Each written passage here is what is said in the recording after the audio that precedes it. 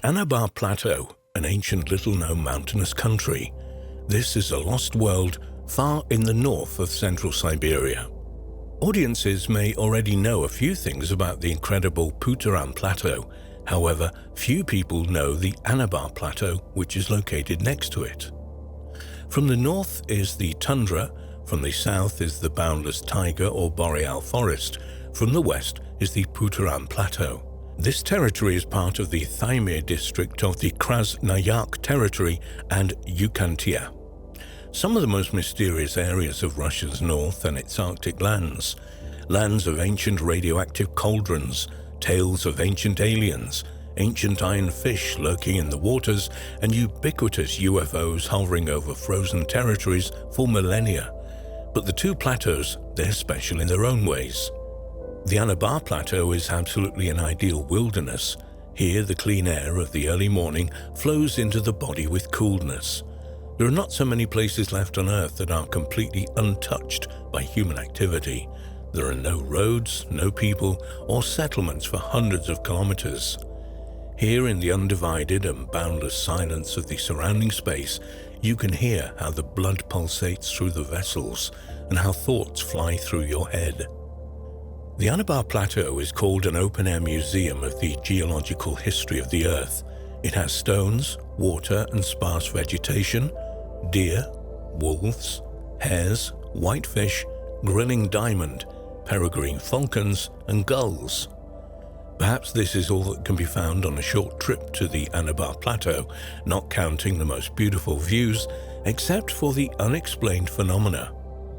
The Anabar Plateau is a unique place in Russia. The history of the Russian exploration of the Thymir expanses, the North Siberian lowland, and the Middle Siberian plateaus began at the end of the first or at the beginning of the second decade of the 17th century. But there were people or other sentient beings here way before. In accessible places of the plateau, you can stumble upon ancient ruins with megalithic masonry foundations, the blocks of which overlap each other, and they partially preserve the remains of carvings almost erased by time. All this and much more is still waiting for its researchers, real researchers, not tourists. The Anabar Plateau is securely hidden from the outside world. This is one of the wildest places on the planet. There are mountains scattered across the vast expanse, suspiciously resembling the ruins of ancient temples. Rare photographs of the Anabar Plateau amaze the imagination and raise many questions. Take a look at these photos. Scientists believe that these are only natural formations.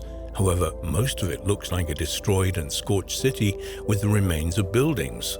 The Ko-Tuikan River originates on the Anabar Plateau. On the banks of the Ko-Tuikan and other rivers, there are simply fantastic-looking rocks.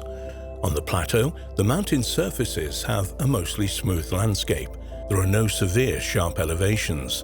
It's clear that glaciers have worked through here in the past, and only where the rivers cut a canyon for themselves, bizarre rocks are exposed. Many kilometers of stone stretch along the coast, among which sharp rocks like peaks soar into the air, resembling medieval cities built up with stone in the Gothic style.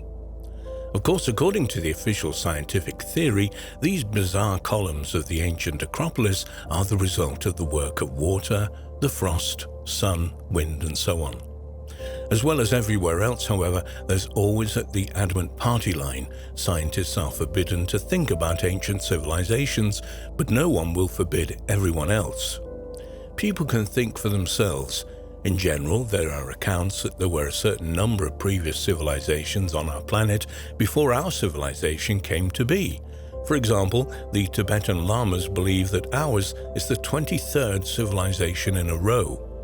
There are hypotheses that so-called guests also arrived from outer space, from China to Central Asia to Georgia to Armenia and other parts of the world. Some of them diligently fought each other with different types of weapons. In addition, various cataclysms periodically occurred on Earth. For example, the tilt of the axis changed, causing floods, earthquakes, and so on. Therefore, civilizations eventually perished, leaving only ruins behind. For several centuries, researchers and adventurers have been looking for traces of ancient civilizations, and in Africa too, there are researchers actively seeking evidence. Some are also found in the Amazon jungle, the caves of Tibet, the pyramids of Egypt. So those who look for ancient civilizations rarely, if ever, are interested in northern Siberia and the shelf of the Arctic Ocean, and yet those places keep the answers to many secrets of the past. For example, Putaran Plateau is a huge mountainous country in the north of the Krasnoyarsk territory. Its territory is comparable in size to the United Kingdom and is located east of the Yenisei River Valley, southwest of the Anabar Plateau, north of the Severman-Tangauskas Plateaus, and south of the North Siberian lowland. The plateau was once actively developed by more advanced civilizations. This is evidenced by numerous finds, information about which sometimes becomes public. There's masonry, the remains of colonnades, processed megalithic blocks, remains of statues, man-made caves, and much more. And of course, there are structures that look like pyramids, ruins of ancient buildings, and other traces of ancient civilizations are found. Not only in many valleys of the plateau, but there are many structures on its flat peaks stretching over vast expanses. Nowadays, they're sometimes covered with thick vegetation, and huge areas represent lifeless stone rock wastelands. Apparently, the active development of these places by people took place when it was warmer. The surface of the plateau was covered with forests, and to determine the time affiliation of all of these finds and to find out who these unknown builders were is a matter for the future. In the meantime, official science ignores all of these structures, but maybe it's for the best. Our civilization is not ready for some people.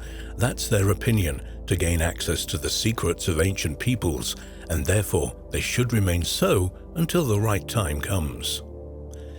There is the so-called Shaitan or Devil Mountain that has always been considered by the local population as a place of great power. The Ave Inc., a local people, have shamans that lived and performed ceremonies at its base. Various rituals were held next to it. It was under its slopes, according to the stories of the old-timers in the 1930s and 40s of the 20th century, that the Ave Inc. of this area lived out her life on a plateau above the Shaitan Mountain. Ruins of ancient megalithic structures are on top, with the remains of carvings to be found in the mountainside, and in clear weather you can see the face of Shaitan, actually a human face in a huge semi-profile. It's possible that this is a game of nature, but it looks too much like an energetically powerful face that has been revered since ancient times, right up to a few years ago. After another collapse, a tunnel opened on the mountainside that led deep into the mountain, but later, when trying to get inside, another internal collapse filled up the passage, although the contours of the hole are still clearly visible. Then there are the legendary pyramids of Putaran. These are triangular in shape and are large in size, about 450 to 500 meters high, and one of the smallest is about 200 meters. The absence of terraces charismatic of Putaran is unusual in these places. People observe very unusual phenomena during Christmas. Almost every evening in one of the frozen 100-meter waterfalls, rotating concentric circles rise from the ground into the sky, forming a giant luminous spiral. The phenomenon exists for no more than 15 minutes, after which the spiral fades and dissolves into the dark. According to the legend preserved by many generations of the indigenous inhabitants of northern Siberia and local spiritual leaders, who are usually disparagingly called shamans and healers, intelligent life has existed on our planet for many hundreds of thousands of years. In ancient times, there were powerful civilizations, some of which perished due to disasters. About 40,000 years ago, one of these world wars took place on Earth between the states located on two continents. Today, they are known as the legendary Hyperborea and Atlantis. The use of some super-powerful weapons led to huge destruction, geological and climatic changes. People belonging to the two branches of the single super ethnicity were forced to look for new habitats. The Indo-Europeans from Atlantis and from Siberia had to explore the expanses of other continents, so the Indo-Europeans found themselves in North Africa, America, near Asia, in the Urals, in Siberia, including the Puturan Plateau. But Atlantis, having decreased in size, was preserved only on a relatively small island in the Western Ocean. Meanwhile, the confrontation continued. Its culmination was the fall of a giant cosmic body, celestial body, 12,000 years ago in the area of the modern Atlantic. A new global catastrophe, the rise of the waters of the world ocean rose by more than 100 meters. The ancients who managed to foresee the natural cataclysm, as the legend says, even before the events began, built special stone structures, special storages, and entire underground cities deep underground on the Puturan Plateau, where they hid everything most important to their civilization: cultural values, some artifacts testifying to their origins from outer space, and the knowledge about previous terrestrial civilizations. This Siberian legend is similar, by the way, to the Buddhist myth about the departure of an entire people underground in the north of Siberia. In connection with the legends about the secrets of Puturan and their secret keepers, we can mention a strange fact in the biography of Joseph Djugashvili, the Soviet dictator better known as Joseph Stalin. Despite his tendency to escape for some reason, he conscientiously served exile in the foothills of the Puturan Plateau from 1914 to 1917. He was in the so-called Ruhanskar exile. At the same time, he himself chose Koyaka as the place to serve his sentence. This was, of course, under the old Russian Empire. Alone, according to the Russian researcher George Sidar-Roth, Stalin disappeared for months into the foothills of Puturan and on the other tributaries of the Yenisei River. No one knows what he did there, and the leader preferred not to share with anyone about this period of his reclusive life. This was a very interesting period of his life which we don't know anything about, and in the most interesting place. In northern Siberia, there are also legends about the Golden Woman associated with the secrets of the same Puturan Plateau and the local spiritual leaders. Many traditions of the northern peoples are connected with the Puturan Plateau that say somewhere here the legendary Golden Woman is hidden. This was an idol made of gold, a pagan shrine of the Siberians that was hunted by various researchers and adventurers and the Ave Inks Guard, according to legend. In the epic of the northern peoples, many legends related to the Puturan Plateau have been preserved. The country of eternal darkness and death was often called Puturan by the inhabitants of the tundra, the Ninets-Dolgans and Ganasans. They very rarely came here without extreme need to be here, and only the Ave Inks actually mastered almost the entire area of the plateau. They had been the keepers of the secrets of Puturan. For the past centuries, the study of the Puturan Plateau began only in the 1940s, 50s of the 20th century, maybe a little bit earlier. Until then, even maps of this area didn't exist. Lama, for example, appeared on maps in the late 1930s of the 20th century. A few expeditions passed through, and after a short time they left, leaving the plateau alone, and there have never been any permanent settlements of the mainland people in this area.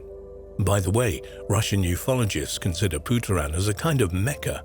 They are assured that in this land, as nowhere else, there are direct communications with unearthly forces available. In confirmation of their correct assumptions, they usually point to the round pits, which are found in large numbers in the plateau.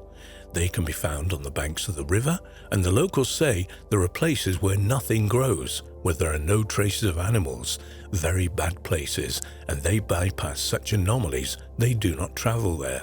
Scientists who have seen these basins or round pits only spread their hands around, meaning they're not sure about them, and of course expressing various assumptions. One of the long-time researchers of the mysteries of the Puturan Plateau is Valentin Solomchikov.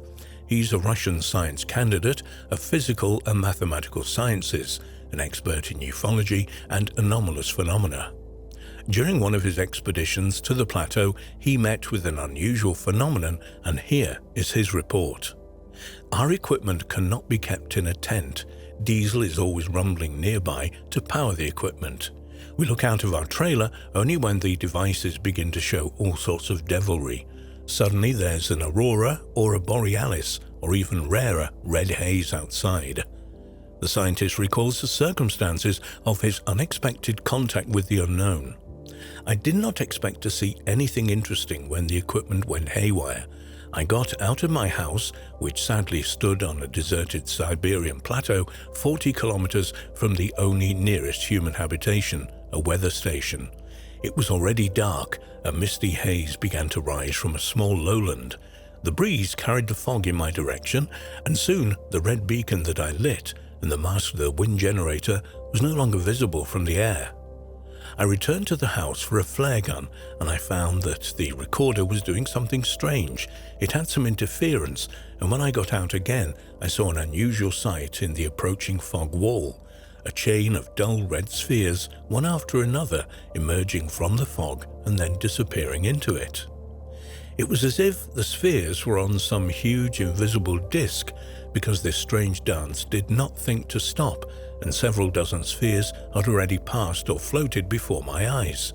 I had to go back to the house for binoculars, and by this time the spheres had significantly dimmed, completely being in a foggy haze, so I didn't see any details. It even gave the impression that it was the fog that extinguished this light. Finally, the phenomenon ended. I timed it, and it turned out that the electromagnetic interference also ended about the same time. However, their nature remained unclear, whether they were generated by the spheres themselves or some tectonic process that gave rise to them. According to Salam Chivkov, for a long time he didn't encounter anything similar to this phenomenon in the literature devoted to paranormal phenomena, although pilots at altitude have repeatedly encountered garlands of fireballs. There's no rational scientific explanation for such phenomena, there is only the mystical.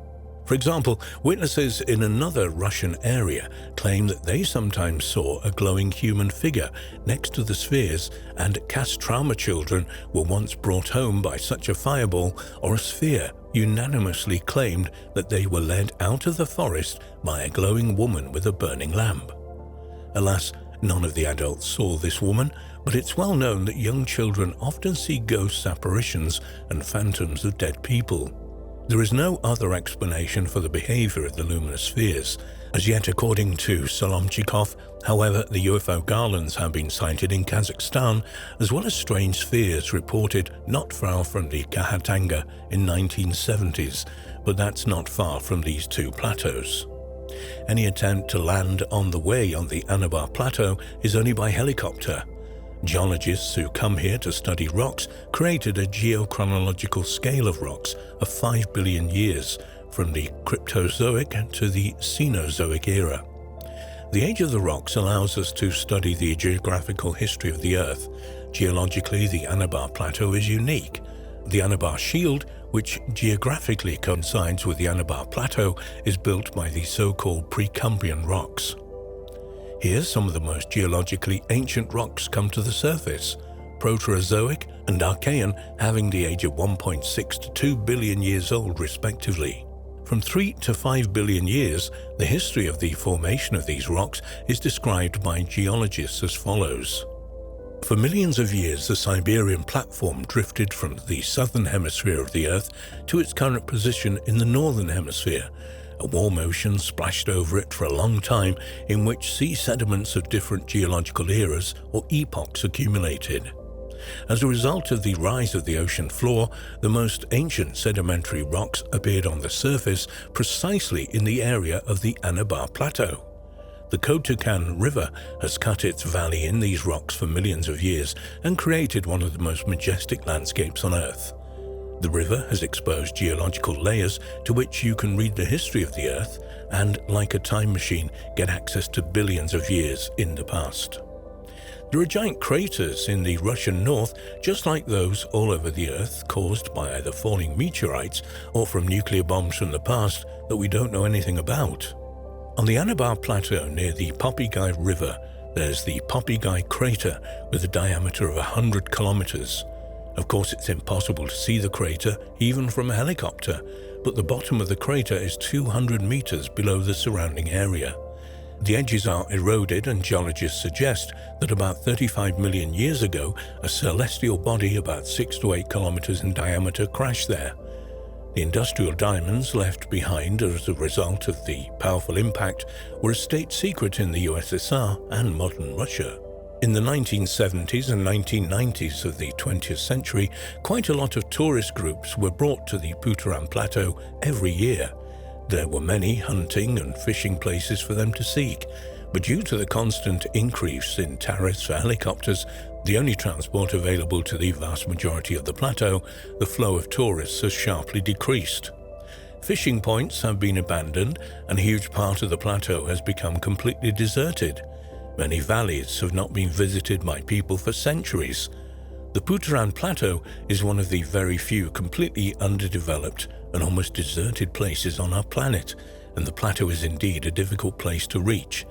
But not wanting to exaggerate, it is much more difficult and expensive to get there, for example, to the center of the Taimyr Peninsula or some point of the mainland Arctic. But of course, most of them are closed to foreigners because of the strategically important military installations and facilities, and there are simply no regular tours for tourists there. But in other places of the Arctic, there are many of them. On the Puturam Plateau, access is only granted to the western part, the protected zone of the Puturam Reserve, so much for the inaccessibility. Tour operators do their best to explore the aura of mystery and inaccessibility of the Puturam Plateau, selling tours to a couple of well-known, well-maintained bases in the western part of the plateau.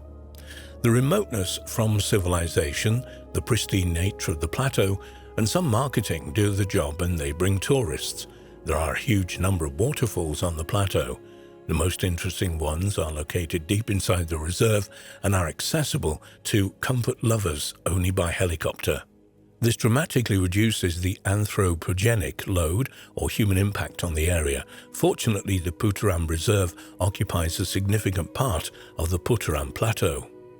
Entry is prohibited there without a permit, but the protected area of the nature reserve is open for visiting. Even though it's not as strict as the main territory, such a visit must be coordinated. It's remarkable that there is no infrastructure for tourists on the central part of the plateau. All programs and development plans relate only to the protected area of the reserve in the western part of the plateau, accessible by rivers and lakes from Norilsk. For foreigners, it's almost impossible to get into Norilsk. Sadly, tourism everywhere shows that mass tourism is harmful to nature. The Puturam Plateau has many lakes, rivers and canyons. It has the largest number of waterfalls in Russia. Puturam lakes are mostly isolated from the outside world, and the fish in each of them differs from the fish of neighboring reservoirs. Now, just imagine what else the plateaus hide and what could be located in the halls of the inaccessible lands. Maybe we'll find out one day if there's a concentrated research effort by those who keep their minds open and by scientists who want to get to the bottom of the mystery. The Great Arctic Nature Reserve, the largest in Russia and in Eurasia, was established in 1993. Its shores are washed by two seas of the Arctic Ocean, the Kara Sea and the Laptev Sea. The Puturam Nature Reserve was established in 1988. It's also one of the largest in Russia and is in the Arctic, in the middle part of the large mountainous country.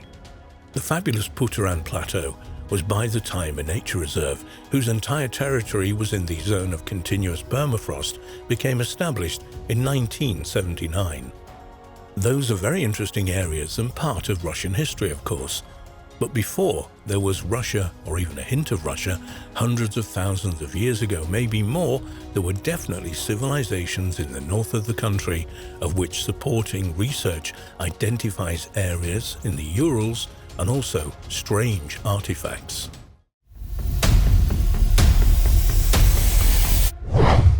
Today we're talking about the Barents Sea, a very interesting part of Arctica. The Barents Sea borders with northern Europe, and it sweeps the coast of Russia and Norway, as well as the archipelagos Spitsbergen, Franz Josef and the land Novaya Zemlya. The peculiarity of the Barents Sea is created by its numerous islands, its rugged shorelines, the various capes, fjords, groves and bays, and also the strange discoveries at the bottom of the sea itself. Based on all research available to the public, we still really know very little about the sea. Even the Russians and Norwegians know very little, but they seem to be most interested in the well-being of this body of water. 2 Russian submarines sadly perished in the Barents Sea in fairly recent times. There was the Kursk and then the most mysterious Losharik. The second submarine, the Losharik, was opening on a very special secret mission, and a number of top Russian naval specialists perished in that disaster. It has been suggested that part of its mission was to possibly study some very unusual phenomena at the bottom of the Barents Sea. The Barents Sea is relatively shallow, with an average depth being 222 meters or 728 feet, and its maximum level reaching only 600 meters, which is about 1968 feet. In the Middle Ages, the Barents Sea was depicted on geographical maps and international treaties under different names. Throughout its history, it's been called the North Sea, the Mormon Sea, the Kavyasko Sea, the Arctic Sea, and even the Moscow Sea. The Russian name Barents Sea was in honor of the famous navigator and traveler who died there. He was ultimately adopted by the Soviets in the Soviet Union era. The Barents Sea belongs to the Arctic seas, and there is only one which remains ice-free. The sea is greatly influenced by the warm waters of the Gulf Stream, and as a result of this, its southern and western parts, which comprise a quarter of the total sea surface, do not freeze over. This warm stream prevents the formation of old ice. Only the northern part of the sea is covered with old floes and contains detached icebergs. In 1993, Russian geologists discovered an iridium anomaly. Later, their Norwegian colleagues proved that this anomaly had appeared as a result of a huge asteroid, which was 2 kilometers or 1.2 miles in diameter. This asteroid fell into the Barents Sea more than 140 million years ago, and its explosion and tsunami it caused were so devastating that marks left by the meteorite are still evident on the surface of the distant territories of modern France. In modern times, heavy metals and organic contaminants of man-made origin have been observed in both sediments and organisms at different traffic levels. In recent years, there has been some public concern both in Norway and Russia over the possibility of radioactive pollution. Nuclear power plants, nuclear vessels, and nuclear weapons are present in the area, and they produce radioactive waste. Reports of this waste have influenced public opinions in many countries. There have also been many stories of UFO sightings over the Barents Sea. Russian sources speak about symbols, and although most of it is Norwegian in origin, it's very hard to find any confirmation on these symbols phenomena. Cartographers from the Norwegian Institute of Marine Research have discovered strange shapes at the bottom of the Barents Sea. This figure 9 here, for example, was found at a depth of 250 meters in the northwest of the province of Finnmark. It measures about 1,000 meters across. The depth of the symbol or numbers track at 8 meters. According to Hannah Hug Nesdal, the project manager of Marineo, they saw many different drawings or tracks in the seabed in the shape of hearts and drawings resembling animal figures, huge arrows, and traces of what looked like tram wheels. The Marineo mapping records the depth and topography, the sediment composition, the biodiversity habitats, and the biotypes and the levels of pollution of the seabed in the Norwegian coastline and offshore regions. Marineo is coordinated by the Institute of Marine Research in collaboration with the Geological Survey of Norway and their Norwegian Hydrographic Service.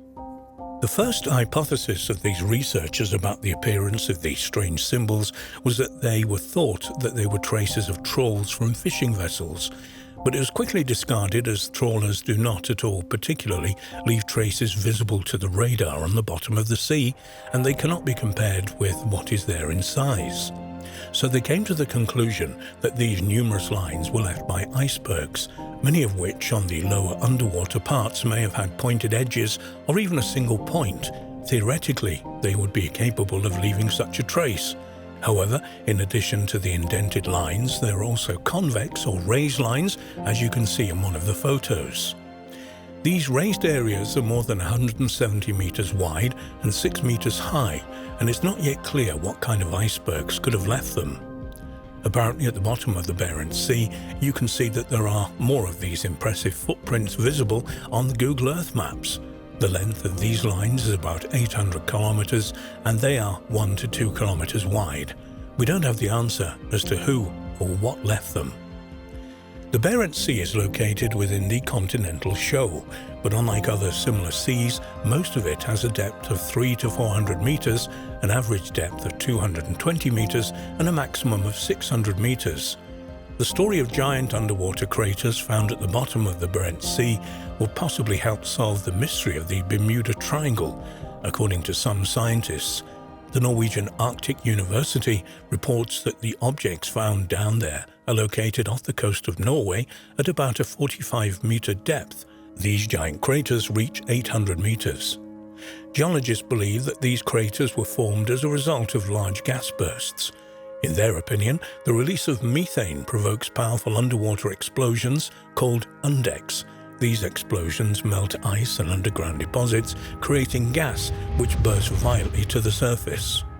At the same time, its volume increases by 150 times, the water temperature rises significantly, and dangerous vortices are born in the atmosphere. This process is very dangerous for ships and aircraft, which can crash due to pneumo collapse. The authors of the study believe that this theory can explain the phenomenon of the Bermuda Triangle, in which 100 ships have mysteriously disappeared over the past century. For confirmation of this, however, it's necessary to find similar craters on the bottom of the Atlantic Ocean in the areas bounded by Bermuda, Puerto Rico, and Florida. Such an expedition is not planned for the foreseeable future yet, however, and scientists intend to concentrate on studying the craters of the Barents Sea for now. Keep in mind, as was mentioned before, there were Soviet submarines on secret missions, or maybe they were not so secret to the Americans. They also found things around the Yucatan Peninsula and the Caribbean Sea, and there is still information coming to light about the strange carvings or tracks underwater that were discovered in Bermuda, Florida, and Puerto Rico, as there are, of course, American submarines researching and operating there. Let's go further back in time, when part of the ancient supercontinent, or Pangaea, is still hidden under the Barents Sea. Pangaea, or Pangaea, was a supercontinent that existed during the late Paleozoic and early Mesozoic eras. It's assembled from earlier continental units approximately 335 million years ago and began to break apart 175 million years ago. In contrast to the present Earth and its distribution of continental mass, Pangaea was centered on the equator and surrounded by the superocean Panthalassa. Pangaea is the most recent supercontinent to have existed and the first to be reconstructed by geologists. The discovery was made by Norwegian scientists after studying the results of seismic studies and data obtained after drilling wells. They restored a picture of rocks and sediments that formed over millions of years. According to New Scientist, it turned out that in the era of the dinosaurs, the largest river delta in the history of the planet was located on the site of the sea. It was 10 times the size of the Amazon Delta. The delta existed 227 to 237 million years ago during the Triassic period. Its area covered the entire modern Barents Sea, and it was 1.65 square kilometers, or 1% of the total land area. Deltas are formed when a river carries sediment downstream and then dumps it on the coast. These deposits eventually form fertile plains for plants and animals. The ancient delta was located on the northern coast of Pangaea. It was fed by numerous streams that arose due to monsoon rains and flowed to the shore from the mountain ranges located to the south. Scientists have not yet been able to determine what kind of animals lived in that place, but it can be assumed that amphibians thrive there and labyrinthodonts, which would have chosen a wetland environment.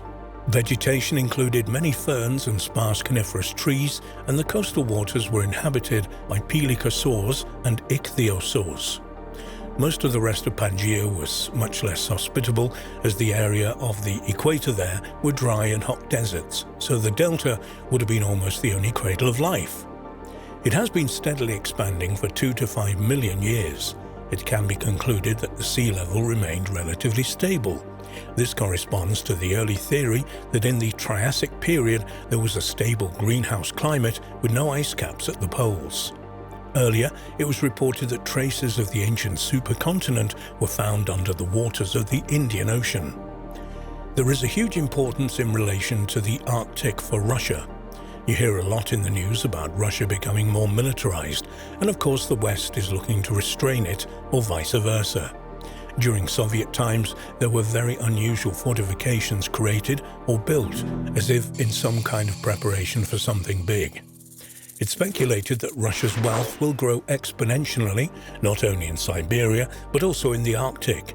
This is a very important territory for Russia, and according to many estimates, almost a quarter of the planet's hydrocarbons are concentrated there.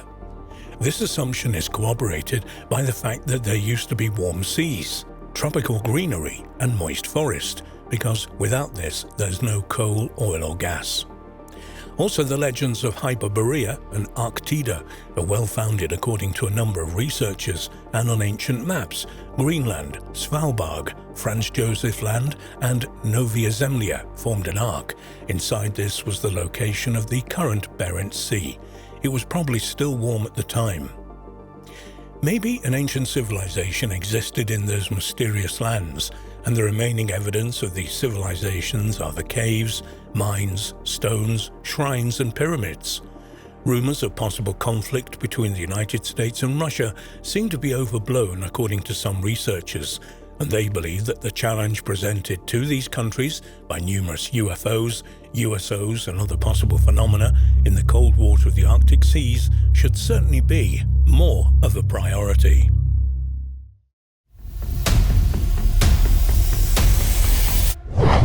In many places of our planet, there are mysterious creations formed by human hands, such as mazes and labyrinths. Since the Paleolithic age, mazes and spirals have been known to man. Ancient sun worshippers left us their images on stones and mammoth tusks, and later this form was repeated in temple rings, in ancient Russian embroidery, and in ritual dances. Today, we'll look at a very strange labyrinth in Russia. Velasovka is a village in the Gribanovetsky district of Voronezh region, 142 kilometers southeast from the city of Tambov, 600 kilometers south of Moscow. It's part of the Bolsha-Alabuska settlement and was founded in the middle of the 18th century by the presence of Ukrainian origin, settled in the area by Count Warren Soff. Velasovka is a small village, but for the local places in the area, it can be said that it is a strategically located village. If you look for information on the Velasovka labyrinth on the Russian internet sites, you'll get very sensational results. Secrets of dwarfs from the labyrinth and legends of sorcerers, slayers, and magicians, along with mysterious and nasty tiny humanoids. There is also a skull with evidence of trepanation of a triangular shape.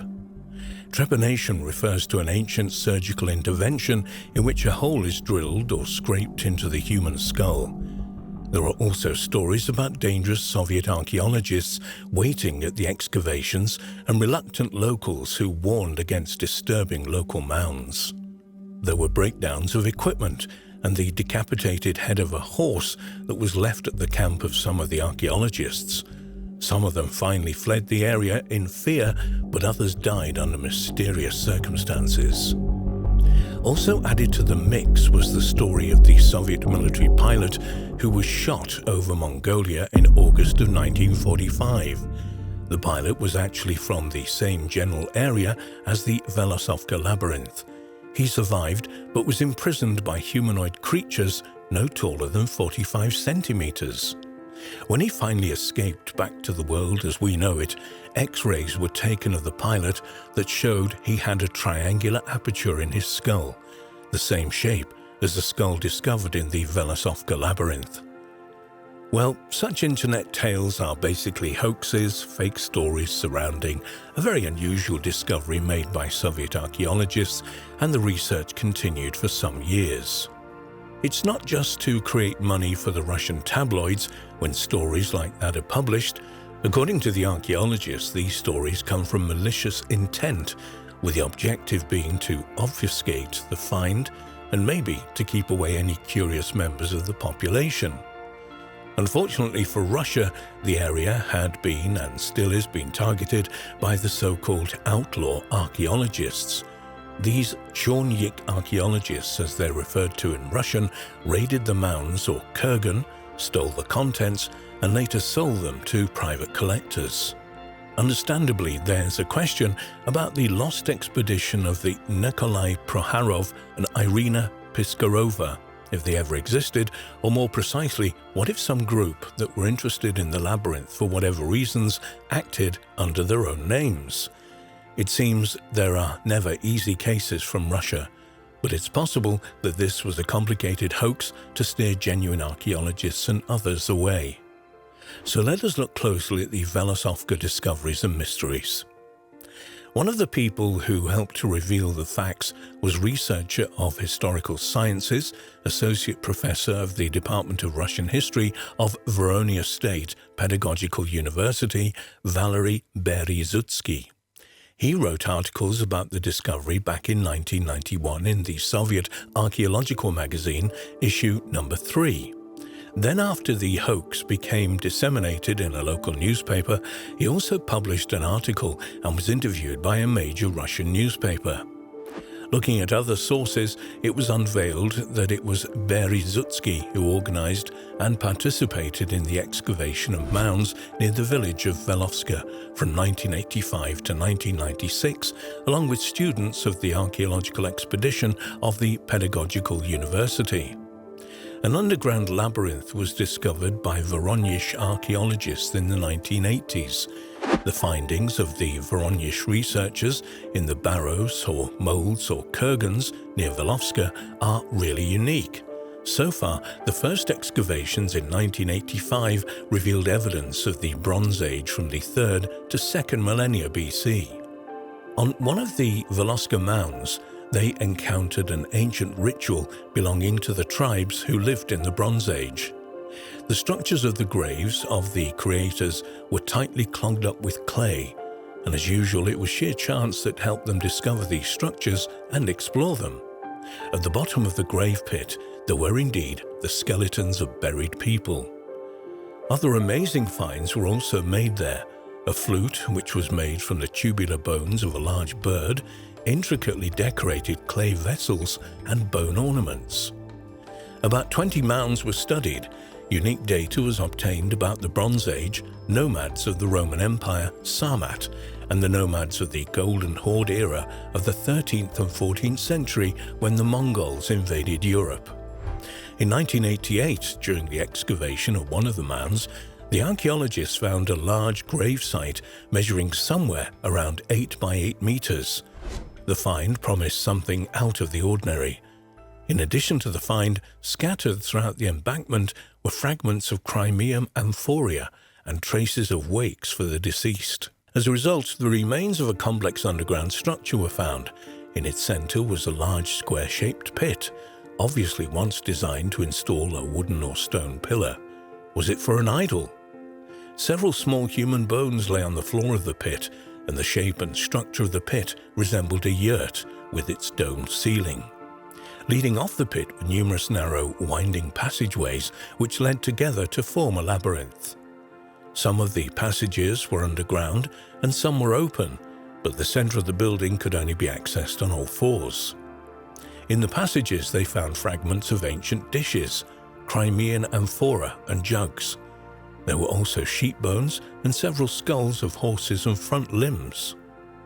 A yurt, or yurta for those who don't know, is a portable round tent covered with skins or felt and is used as a dwelling by several distinct pneumatic groups in the steppes of Central Asia.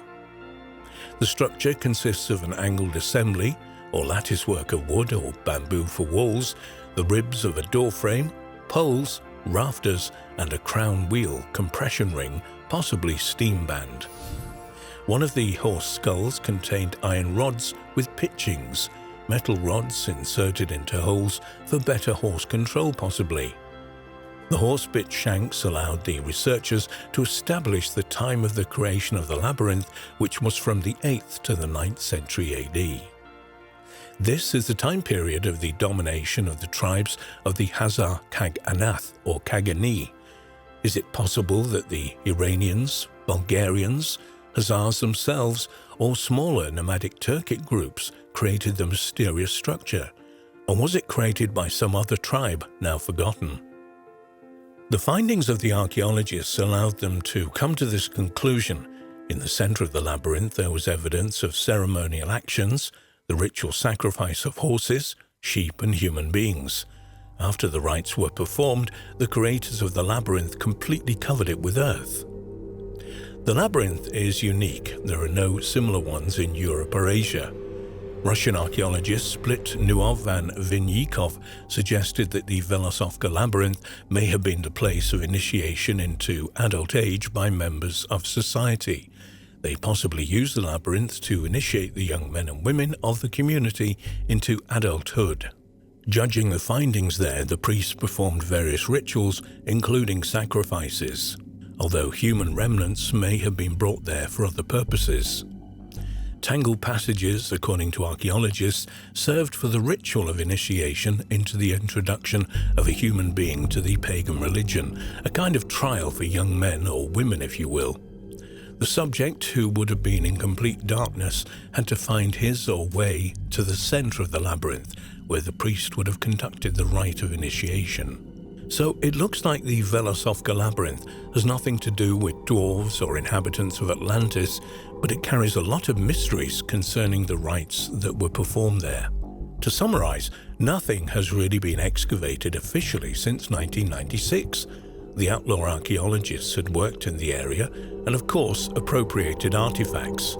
They still operate in the Voronezh regional area, probably around Vlasokatul, looking for more mounds.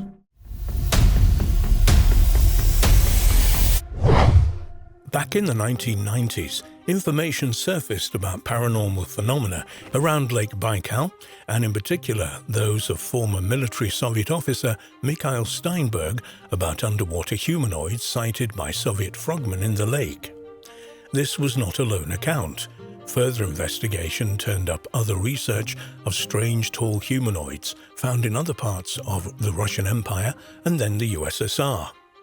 Ever since the 1970s, tales of strange phenomena have been reported near or in water, such as stories that appeared to tell of incidents off the shore of the Black Sea.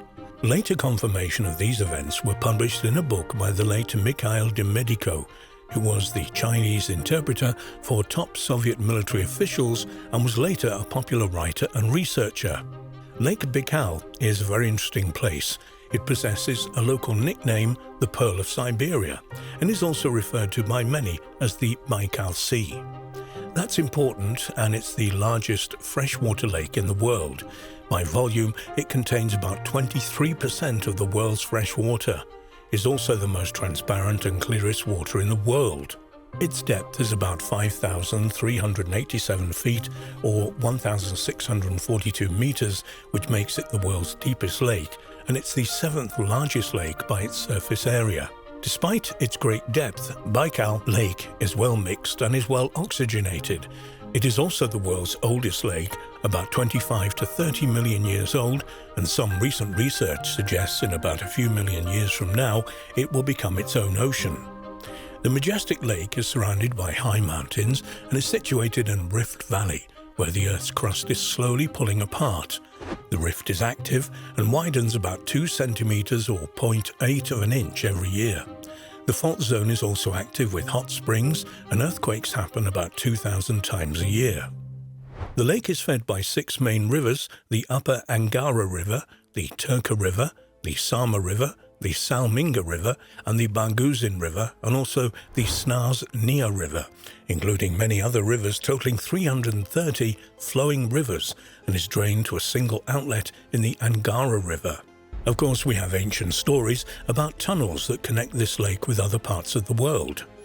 Lake Baikal hosts more than 2,500 species of animal and more than 1,000 species of plants, of which 80% of plants and animals are endemic and can only be found at Baikal. It also has species that would fall into the realm of cryptozoology, or maybe study of extraterrestrial sentient civilizations, and its depths were apparently no secret to those who wrote the Mahabharata in ancient India. Baikal historians are more than attentive to the story of the failed capture of humanoids in 1982. For example, a well-known local historian, Borotia Alexei Vanyinko, believes that the ill-fated Soviet divers of Frogman could have easily seen something, and they were not seal carcasses. Alexei Vanyinko was one of the founders of the Ethnographic Museum of People of Transbaikalia, and at one time he worked as the director of the State Archive of the Burat Autonomous Soviet Socialist Republic. He was a member of the Academic Council of Archivists, or Archivists of Siberia in the Far East, senior researchers of the Baikal Institute of Nature Management, candidate of Historical Sciences, and a doctoral degree student. He discovered prehistoric ostrich eggs in Boryata, found 500 new ancient monuments, petroglyphs and shrines, found graves of members of the Russian embassy mission Urafat-Zabalovsky, who were killed on Lake Baikal by the Mongols in 1650. He found relics of the local Orthodox church Walam-Chikovsky, discovered the forgotten grave of the Hungarian poet Chandra Peter Fay in Barbazine, and found many other equally interesting objects, ancient sanctuaries, fortresses and settlements. Is it easy to disbelieve such a person? In his article Traces of Real Extraterrestrial Life in Lake Baikal, he points out that local fishermen took the stories about the silver swimmers seriously. So, for example, the fisherman Nikolai Karyev from the village of Kurtuk, which is 40 kilometers from Slodyanka, told the local historian that in the 1990s, together with his comrades, he fished at the Klugla-Baikalskaya, or Kirkum-Baikal railway area, which stretches from Kurtuk to the port of Baikal. Lake Baikal on this place breaks off to a depth of almost 1,400 meters immediately, abruptly at the shore. If you fall overboard here, you will not escape death. Even in summer, the water's temperature in such places is no higher than 3 degrees. You can't swim to the shore, your heart will stop, and in the middle of the night, huge silvery bodies began to jump up out of the icy depths of the lake as if they were playing. The fishermen were frightened. What if these creatures turned over their motorboat? They would die. After dropping their nets and somehow starting the engine, they retreated to the village and never fished there again. However, from the shore, the local historian was also told about this case by other fishermen who were with Karyev, but out of all the witnesses, somehow Karyev remained alive. It's known that the story of Vanyinko was taken seriously by researchers who studied Lake Baikal in 2008 and 2009 with a deep-sea vehicle, Mera. Vanyinko, who was on that expedition, went down to the Lake Baikal himself, and according to him, it happened in the place where the military divers just collided with the swimmers. However, he says that the encounter did not happen at that time. Mikhail Demedico described a chance discovery. According to Vanyinko, the specialist of the Ministry of Emergency Situations of Russia with whom he spoke. Not only did he take the story of the fishermen seriously, but also confirmed the tragedy in 1982 really took place, and Vanyinko recalled that in that distant year he himself met the military on the lake of the Barbazine Bay. When asked what they were doing, the soldiers answered evasively. They said they studied the depths of the reservoir because scientists and limnologists don't know everything about its underwater life. The words of the local historian were indirectly confirmed by the author of the book Sailors of Lake Baikal by Alexander Kalatilo, who speaks of an unusual surge of interest in Lake Baikal since the 1960s. Geographers and cartographers appeared on the shores of the lake again, and the waters of the lake began to plough, to be visited by multiple research vessels. China is not that far away too, so they had their own strategic and defense interests in the Soviet Union, especially since there was a conflict in 1969 between the Communist China and the Communist USSR. Lake Baikal was of great interest and has tremendous stories and a paranormal history. The local historian admits that there are lots of strange phenomena on the lake. There's a glow from the depths and there are blood-curdling sounds, willows or the wisps of wandering lights, are seen over the water if you pass a couple of nights by the campfire on the shore. Vanyinko saw a UFO hover over the lake 3 times, once from the window of his own Dacha country house at the Boyac station. It was a huge white ball on the surface of the lake, and it didn't move or drift. It didn't look like a gas outburst either. The second time was on a warm summer evening in Tango. Something small and black fell from the sky at high speed. It was supposed to fall into the lake, but just before it reached the surface of the water, about a few meters, it abruptly changed its trajectory and flew over the lake. The local historian and about 10 of his companions expected that the object would crash into the fishing boats, but suddenly it disappeared as if it had never been there. While walking along the Kirkham-Baikal Railway, Vanyinko once saw a cigar-shaped object of silver-orange color which flew out from the Tunka Valley and flew over the surface of the lake and retreated to the Hamar Daban Bridge. The local historian defined its dimensions as 200 meters in length and about 50 meters in width. Over the lake, the UFO released 3 spherical objects that flew apart. Later, Vanyinko learned at the same time that the object had been seen over Ulan-Ude. Similar objects have also been seen over Siberia, but go as far back as 1953 and were also reported by the Soviet Naval Counterintelligence over the Western Pacific Ocean in 1979. From the old archives, the local historian found 2 amazing documents. First, he discovered that a similar object had appeared over the lake in 1909. It was seen on the Trans-Baikal Railway. The object was moving towards the lake, but sadly there were no further details. According to the swimmers, Vanyinko found a story from a century ago by Tobolsk peasant Komama Roskov, who reported that his friend was a Baikal-born native, Fetcha Tarazana, and said that in Baikal there are pharaohs. One day these pharaohs played such a game that they sank a ship. Then the villagers began to suspect foul play, and they threw a strong dragnet into the lake and pulled about 50 pharaohs to the shore. The pharaohs were just like people. They had hands, all human, and legs, only where the toes are, it was kind of fused, like the tail of a fish. The villagers whipped the pharaohs with rods and threw them into the sea. After this incident, the pharaohs went to another place. In 1976, during the construction of a bomb on the Calamore main line, a division of 12 patrol boats appeared there. Could it be the divers also trained at the base of this division? They might have come from other regions, but all this is covered in secrecy. For those of you who want to do your own research in the lake, we feel we should issue a few words of warning. The FSB, the Russian Security Service, understands the value of the lake and may not like independent researchers from overseas. There are plenty of other dangers and special units that guard it. Lake Baikal has a lot of different phenomena, such as the hurricane wind, for example, and if you go there without understanding what it's like in that lake, you could easily lose your life. The natives believe that the cause of the destructive Samar is the revenge of the Baikal spirits, who do not tolerate even the slightest violation of the rules of conduct or behavior. Do not throw anything into the water, and even more so, do not spit, do not light fires on the shore, and do not call Lake Baikal a lake. It's only the sea. That's what you're supposed to call it. People living in the village of Samar additionally fortify their roofs, tying them to the ground because it doesn't cost the wind anything to tear the roof off, and Samar can easily scatter boats, overturn and flood barges, and even break large ships on the rocks. The danger of Samar was mentioned in the 17th century by the famous traveller, diplomat and merchant Everett Ides in his notes about his travels in Siberia. He colourfully described the winter crossing on the Baikal ice. The hurricane force wind was so strong that they blew away all the snow. The surface became so slippery that the horses simply could not move. They constantly fell.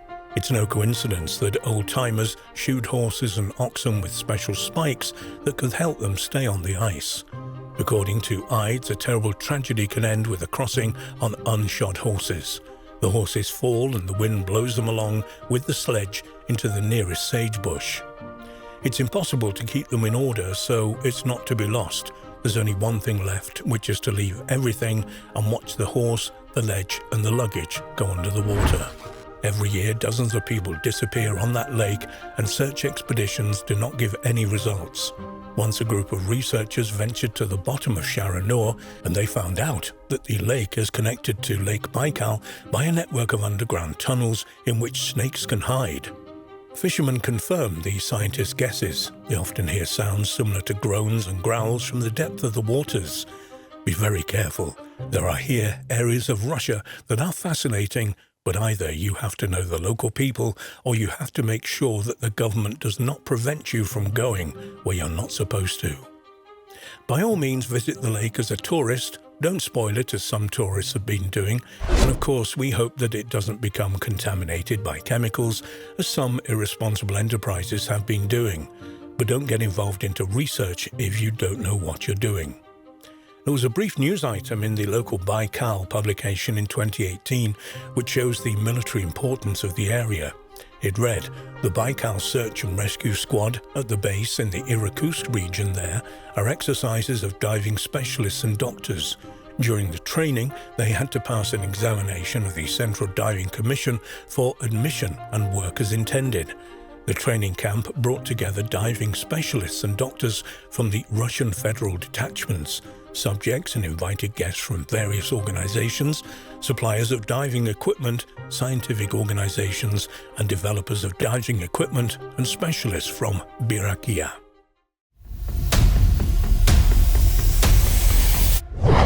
To plunge into the atmosphere of mystical enigmas and mysteries, one should go to Russia, specifically to the Altai region. It has deservedly acquired the name Cradle of the World.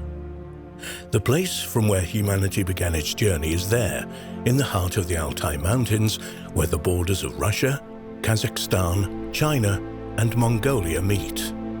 Altai, a stunning land of snow-capped mountains, fascinating nomadic tribes, an incredible wilderness with offers of adventure. It is truly one of the most beautiful and pristine regions in all of Russia. The borders of this wild and untamed domain touch the semi-deserts of Mongolia and the vast Kazakh plains. For example, this is the place of the Yukok Plateau, mysterious and still largely unexplored. This is the most remote and isolated part of the Altai Mountains. The plateau lies at the heart of the Eurasian continent, almost equidistant to the four oceans of the world. Home to rare animals such as Argali sheep, the black stork, the steppe eagle, and most elusive of all predators, the snow leopard. Few outsiders ever come to the Yukok Plateau, but there are people who've lived there for generations. The Altai Mountains divide the waters of the great rivers, including the Ob River, which flowed northward to the Arctic, and from those draining into the vast Central Asian interior basin. The name in Turkic, Alatal or Altai means owl, which is gold, and Tal, which is mountain. In Mongolian, it's Altai Inuru, which means the mountains of gold. There was a very interesting discovery in the region. It was a cave, small but convenient Denisovan cave, right up to the Altai Mountains. The key to many secrets had been hidden for a very long time. But it was here that anthropologists learned why modern man did not form on the territory of Africa as they had previously believed. Historians have found out when our ancestors first picked up a needle and sewed fur clothing for themselves. Archaeologists have understood why they find artifacts made by different types of archaic people nearby, and recent studies have revealed why the genes of Neanderthal and Denisovans are in the genome of modern humans. Until recently, it was believed that they couldn't have children capable of continuing the race. New secrets were revealed by the latest research of the finds made in the Denisovan cave.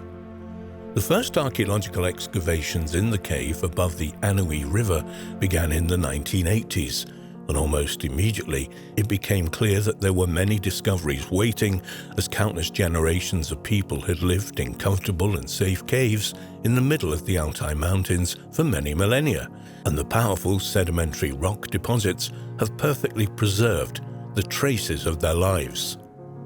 But it was only in 2008 that the discovery was made, after which the Denisovan cave was compared with, in importance for scientists, to the Egyptian pyramids. So, what has been discovered there? There are no crypts filled with priceless treasures, just a small petrified bone. As it turned out later, it was the phalanx of the little finger of a girl, who at the time of her death was about 7 to 12 years old. The scientific director of the Institute of Archaeology and Iconography of the Siberian branch of the Russian Academy of Sciences handed over fragments to Professor Svante Pääbo, head of the Laboratory for the Study of Human History of the Institute of Evolutionary Anthropology of the Max Planck Society in Leipzig. The remains were examined and the results were simply stunning. Svante Pääbo was not in the laboratory at the time, but when he received a call, he was advised to sit down before listening to the news. Sequencing of the first mitochondrial and then the nuclear DNA showed that no Neanderthal or Homo sapiens were found, but a new ancestral species of the genus Homo, according to Dave Renienko. Genetic analysis proved that the people lived in the Altai were different from both Neanderthals and the ancestors of modern people. A new special branch in human evolution has been named Homo sapiens Altaians. The news about the discovery of a previously unknown species of human fossil has become one of the most sensational in the scientific world. The effect that publications about the decoding of the Altai girl's genome caused among archaeologists and anthropologists can only be compared with the Big Bang.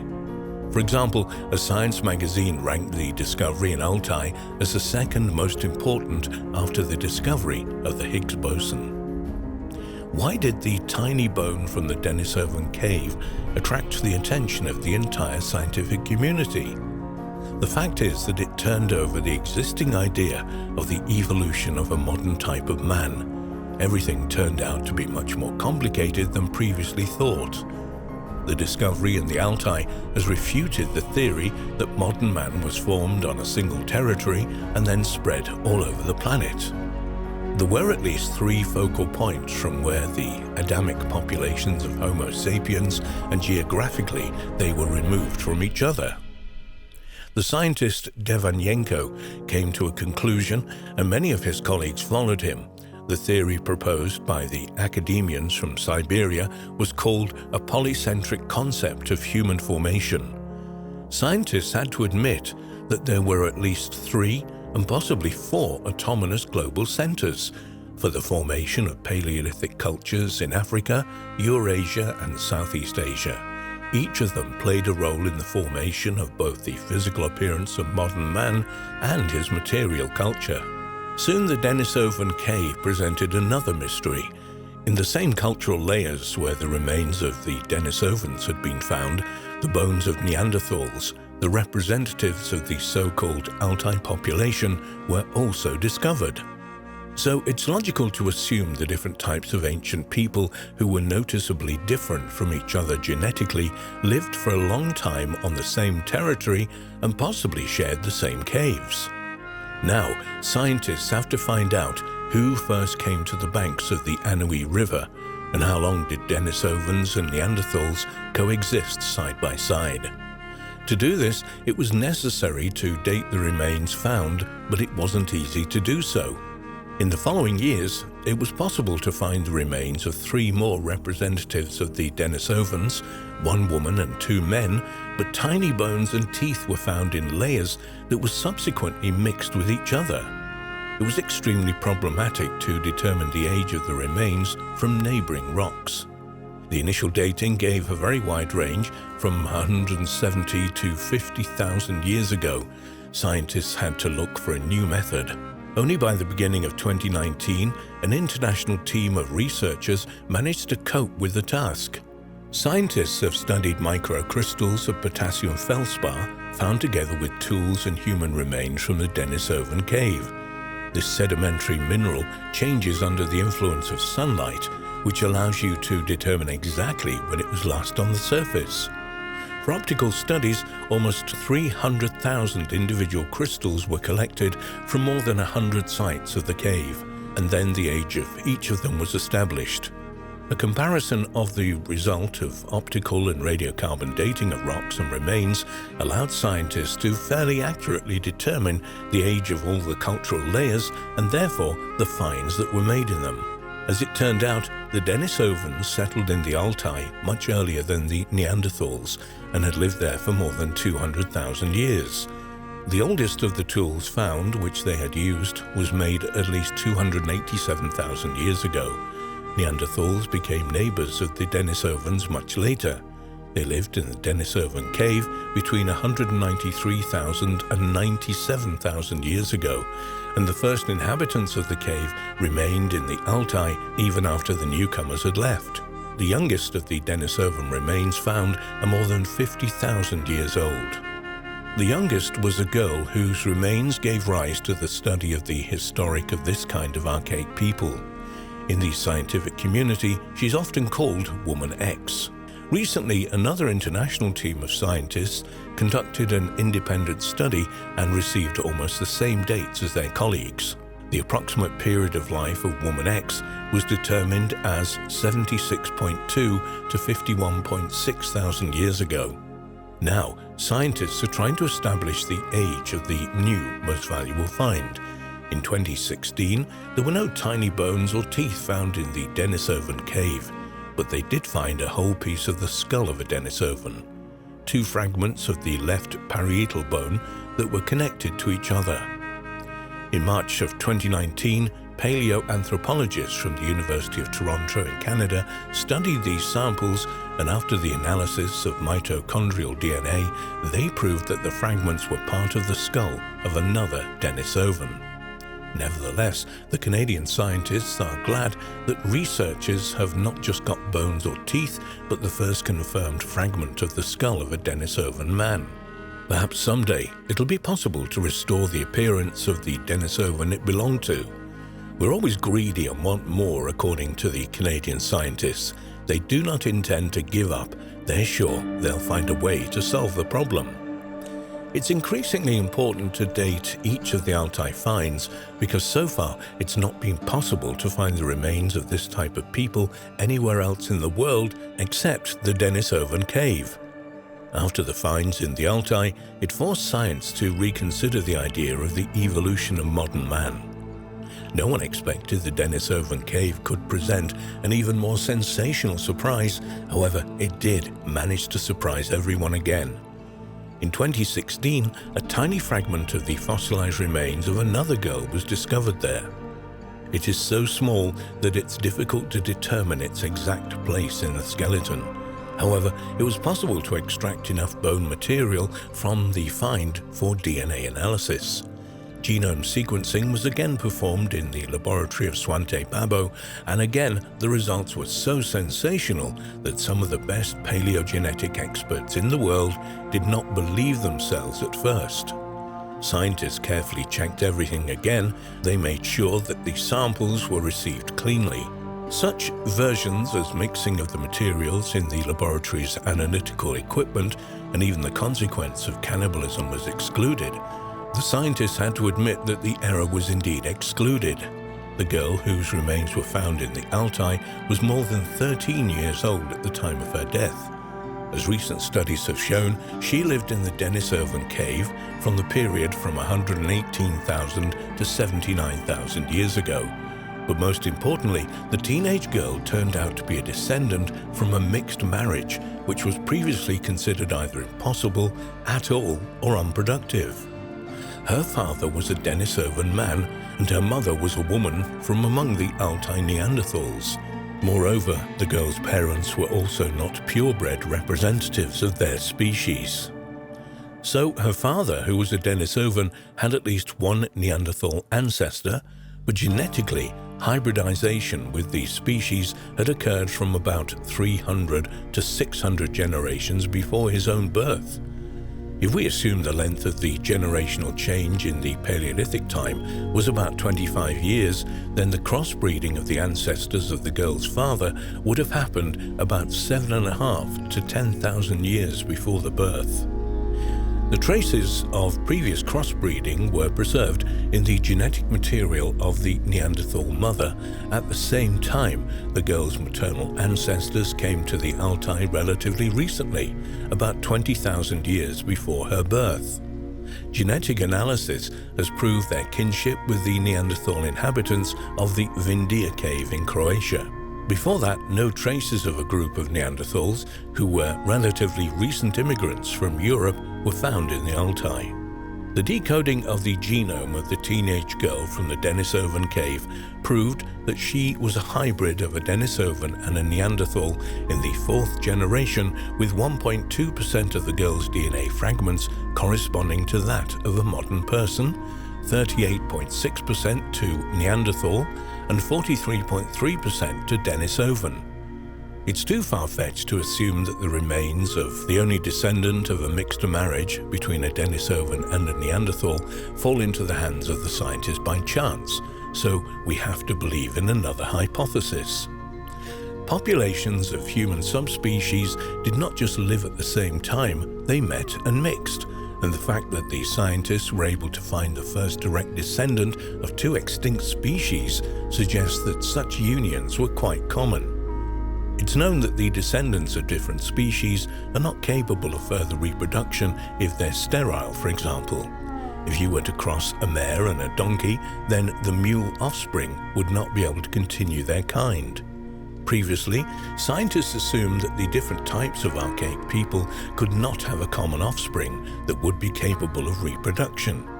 But since there are traces of repeated crossbreeding in the girl's genome, it should be recognized that despite all the cultural and genetic differences, Denisovans and Neanderthals belong to the same biological species. If the brown-eyed, dark-haired half-breed girl had not died in adolescence and instead had grown up and married any of the men who lived in the Denisovan cave, she herself could have given birth to a child. As recent studies have shown, traces of the mixing of Neanderthals and Denisovans can be traced to the genome of some of our contemporaries. Swante Pabo stated that in certain groups of modern people, from 1.5 to 5% of the genes of the Denisovan man and about 10 to 15% of the genes of Neanderthals can be found. There would even be more of them if different populations of ancient people had met and mixed more often. The habitats of Denisovans and Neanderthals rarely intersected, and Altai was one of the few territories where they lived side by side for centuries and periodically married. Even in Siberia, which scientists consider a kind of frontier of different clan migrations from a central Homo species in Eurasia, such unions were not common. So, Woman X, whose family had no Neanderthal ancestors, lived in the Altai at least 8 millennia later than the daughter of a Denisovan and a Neanderthal. This means that the mixing of species was not a common occurrence, but even so, it's difficult to overestimate the role that the Denisovans played in the formation of a modern anatomical human species. According to scientists, a small part of the genes obtained from the Denisovans allowed the inhabitants of Tibet to better adapt to life at high altitude and the inhabitants of Greenland to adapt to the cold. So the Denisovan cave helped to solve another riddle, but after giving answers to some questions, the cave immediately created new ones. For example, who made some of the later artifacts found in the cave? The peculiarity of making objects from the bones of mammoths and other animals indicates that the craftsmen who created them were Denisovans. They were skilled bone carvers and used advanced technology in the Paleolithic era. It was in a Denisovan cave that a bone needle with a slotted hole was found, which was long enough to use to sew fur or animal skins. Studies showed that this needle was made from the bone of a large bird about 50,000 years ago. Before it was found, it was believed that people who first began sewing was about 40,000 years ago in encampments on the territory of modern France. However, the length of ancient needles rarely exceeded 4 centimeters, yet in the Altai, from 10 millennia before, the needles were a length of 7 to 9 centimeters. This is confirmed by the samples of more than a dozen fragments of similar needles in the Denisovan cave. The first diadem from a mammoth tusk was also made here about 45 to 50,000 years ago. Similar hair ornaments are found at other Siberian Paleolithic sites, but their age is much less at 20 to 28,000 years. This suggests that the Denisovans surprised their contemporaries in skill and created their own original culture, which had no equal in the Paleolithic. However, recent dating has shown that some of the artifacts found in the Denisovan cave could not have been made by the Denisovans, as some pendants and bone tips were made in the period ranging from 32 to 48,000 years ago. At that time, completely different people were living in Western Siberia. They were an early form of Homo sapiens. But why did these ancestors of modern man use the same technology as their predecessors, the Denisovans? Genetic memory cannot explain this. This is just one of the puzzles that has to be solved. The main uniqueness of the Denisovan cave is that every year the task of understanding becomes more difficult, not less. The dream of any archaeologist is to uncover how a species came into being, how they lived, what nature surrounded them. Scientists have recreated a picture of the world over the last 300,000 years, but the picture is not really very clear. In addition to the Neanderthals, it seems that the Denisovan man also had contact with some archaic hominin unknown to science. In the genome of Denisovans, scientists found 17% of an extraneous genome. Hominin, by the way, is the name given to the group that consists of modern humans, extinct human species, and all of our immediate ancestors. The question is, who was that archaic hominin?